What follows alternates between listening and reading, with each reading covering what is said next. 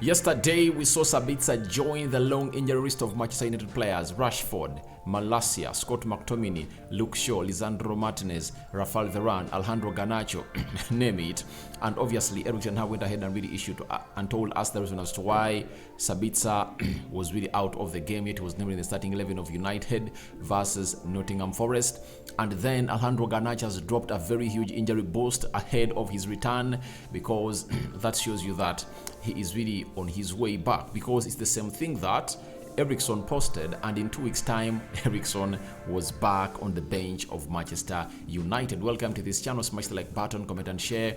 If at all you're watching us for the very first time, endeavor to subscribe to this channel so as not to miss out on stories that we do upload in here on a daily. Diallo update. Samuel Lucas, the correspondent of United for the Manchester Evening News, giving us a very huge update about Diallo and his future at United, and what the hierarchy of United thinks about this Amad Diallo guy. Rokan David is my name, and guys, we are left with just a handful of subscribers to hit 12,000 subscribers. Let's continue to subscribe to it that really hit 12,000 subscribers before the end of today, guys. Let's push, and let's subscribe. Now, Sabitzer was in the form of his life for the previous 3 games for Manchester United. He scored a brace against Sevilla, and he went ahead to put up what we call an assist for Marcus Rashford in the game of Brentford. And yesterday, Ten Hag told us that Sabitzer had a problem in the warm-up. We didn't take the risk. We already had some injuries. We will find out today. Hopefully, it's not a big injury. Then Man United Evening News has told us that Marcel Sabitzer will undergo an assessment on his injury at Carrington, and a further update on the issue will be released. So we are waiting to see what is coming in from the website of United on Sabitzer, and if it's not really put up, we expect Erik ten Hag to really give us the update on Marcel Sabitzer on Wednesday. And I think before he comes to face the media, we'll see the training of the players, and if at all the players have trained very well and Sabitzer is in, that means he'll make it to Sevilla. Why is it a huge blow for Sabitzer if at all he doesn't appear in Sevilla on Thursday? Because Bruno Fernandes is suspended. So Fernandes is not going to play that game. That means we are left with just Casemiro, Eriksson, and Fred Rodriguez. I think Scott McTominay is also going to be back for that trip and ready to go ahead and really play, meaning that we might see Eriksson played as a central attack midfielder,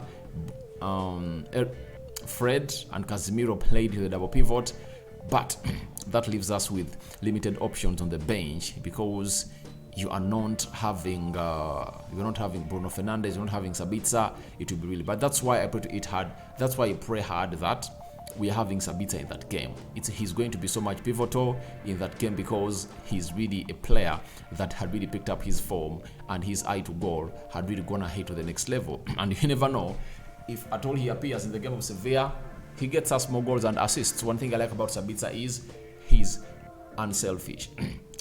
Secondly, furthermore, when he's in the mouth of the goal, he is really clinical. He has an eye for goal, and he can shoot from anywhere. He's aggressive.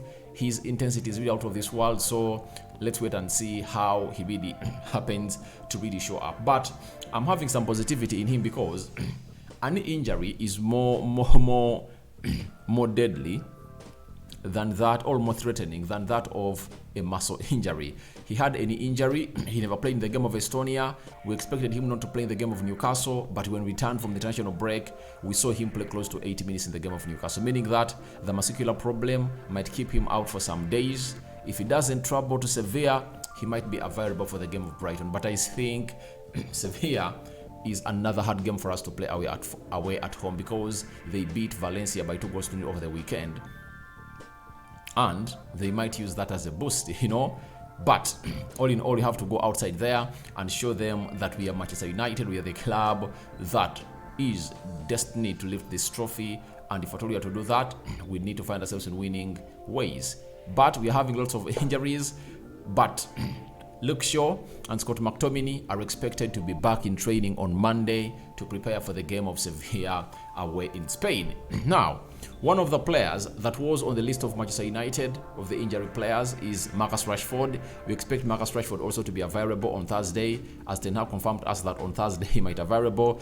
That means that we are having 3 more players expected to return. That is Rashford, Scott McTominay, Luke Shaw, maybe even Malacia, if at all his injury is not serious. But there is another player that we don't expect to travel with to Spain, but his return is going to be possible in 2 weeks.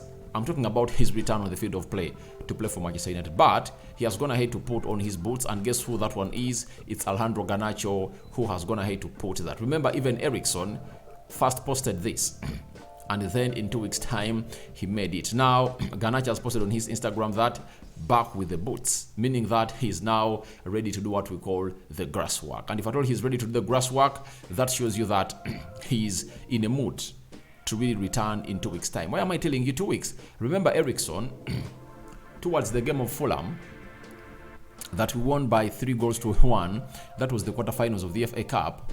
Ericsson posted, I think on Thursday or Friday towards that game, that back in the boots, all back on the boots.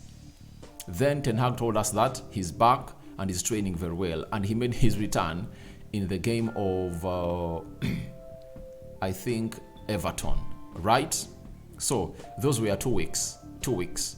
That's when Ericsson really returned. So I think Garnacho, who never even saw himself really stay away like Ericsson did, because Ericsson spent 2 months. For Garnacho, it has been like 3 to 4 weeks out. So I think his body is going to get used to this grass easily a lot, and obviously with his young body, and you know what young bodies do, they react to treatment very easily, meaning that Garnacho is on his way back, and very soon he's going to find himself in a position of being ready to play for Manchester United. That's a very huge boost for Manchester United, and I think most of you are really going to be left excited about the return of Garnacho, because if Garnacho returns 2 weeks from now, that gives us a lot of push, and all what we should pray for is, let's knock out Sevilla, let's knock out Brighton. Sevilla in the quarterfinals of the UEFA Europa League, then Brighton in the semi-finals of the FA Cup, meaning that by the time we play the FA Cup finale to face Man City around mid-May, we'll be having Garnacho back, Rashford fully fit, Martial there, Ericsson, Casemiro, fully fit squad, and even Rafael Varane will be back to take part into those games. So I see it that the only hurdle ahead of us is to see to it that we go through those games that are really coming in thick and fast. The quarterfinal of the UEFA Europa League and the semi-finals of the FA Cup very, very soon, and these players will really return and obviously give us a push that we deserve.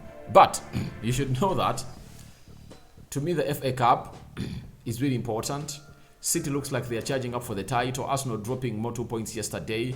That means if City win their game they have in hand, they are going to be just 1 point behind Arsenal. And they are playing Arsenal on the 26th. That is next Wednesday. So, if City happen to win the Premier League, they go away at Bayern Munich and knock them out on Wednesday. Then they're into the semi-finals of the Champions League. That means over the weekend, we should really fight tooth and nail to knock out Brighton, such that we face City and stop their winning of the treble. That's it, because City looks like they are on a very good journey to win the treble, and Pep Guardiola wants to win the treble. That's it. He wants to win the treble, and that charge is really important for every game that United is going to play in this week on Sunday and Thursday. That's why we should call in for all efforts to come through and obviously get us to the needful. For the UEFA Europa League, I know why Erik ten Hag wants it. He wants to win it such that he plays in the Super Cup, and the Super Cup is played, or is a contention between the winner of the winner of the Champions League and the winner of the UEFA Europa League. Remember, by then it will be a start of the new season. Ten Hag will be having a very new squad that will be like a checkpoint of his squad, whether it's really so good to get into the Champions League and obviously compete. Remember, according to the teams left, having Napoli, Inter Milan, SC Milan, Real Madrid, Man City, Bayern Munich. But as it stands, we might find ourselves playing Man City or Real Madrid or Inter Milan or what in the Super Cup, and Ten Hag is really one of the admirers of such tournaments, and that's why he's pushing hard to win the UEFA Europa League and not really let it go. Because if you are a manager who is really weak-hearted, you can say, right, let's push for the Champions League positions and let's not go in for the FA Cup and the UEFA Europa League. But Ten Hag is pushing for that. Even the FA Cup, he knows that when he wins it, he'll go back to Wembley at the beginning of the season of 2023-2024 in what we call a Charity Shield, a contention between the winner of the Premier League and the FA Cup. So Ten Hag knows a lot is up for him to grab, and he doesn't want to look back. He wants to go and win every trophy for United. If at all he makes it that way, he would have gone ahead to really look as one of the most successful managers at Manchester United in his first season, because Jose Mourinho in his first season he won Carabao Cup that we already have into our cupboard, and the UEFA Europa League. That's Jose Mourinho for you. But if at all you go ahead and really play into those tournaments and win the Super Cup and very much more, Ten Hag would have gone ahead to really break the records of Jose Mourinho that he set as the manager of Manchester United in his first season. Now, Samuel Lucas, a correspondent of the Manchester Evening News, as far as United is concerned, as well as that Erik Ten Hag is open to including Amad Diallo in the Manchester United squad next season as he approaches the end of his loan spell. Ten Hag is open to including Amad Diallo next season as approaches his next spell.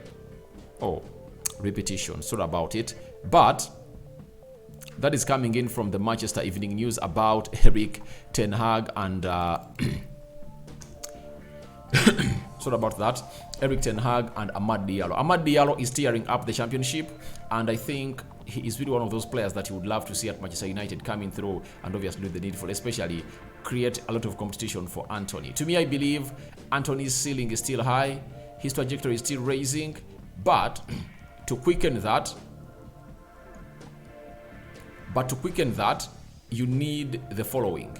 You need a competitor to come in through and obviously set pace or set up competition or put up competition alongside this player, because the more you put up competition for this player, the more you expect lots of positives to come in from a player known as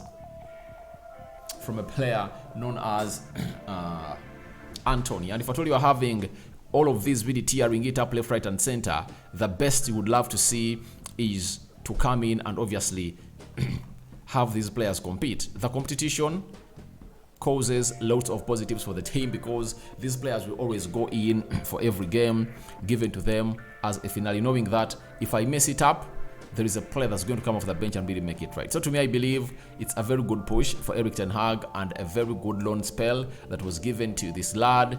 And I think he's the only one who's going to come up and really be retained by Erik Ten Hag in the squad of United. Hannibal, I think he might find himself go to Marseille in the French League One, because he has tried to really put up performances in Birmingham, but they've not gone ahead to work out well. I think the other is Alvaro Fernandez, the left back, but I think he's going to go another long loan season. Maybe if Ten Hag wants to keep him and obviously try him out with Malacia, then Luke Shaw is being played or considered as a left back, a left central defender. Then Ethan Laird is another one, but I don't think he's the plans of Erik Ten Hag, but he's having a very good spell at QPR. So guys, your thoughts on Sabitzer injury update are welcome in the comment section below. Garnacho returns, obviously that's another one to talk about. Then Amad Diallo, would you really integrate him in the squad in the season of 2023-2024? All that and more into the comment section. Rock and David remains my name. I sign out for now. See you later, my lovely men.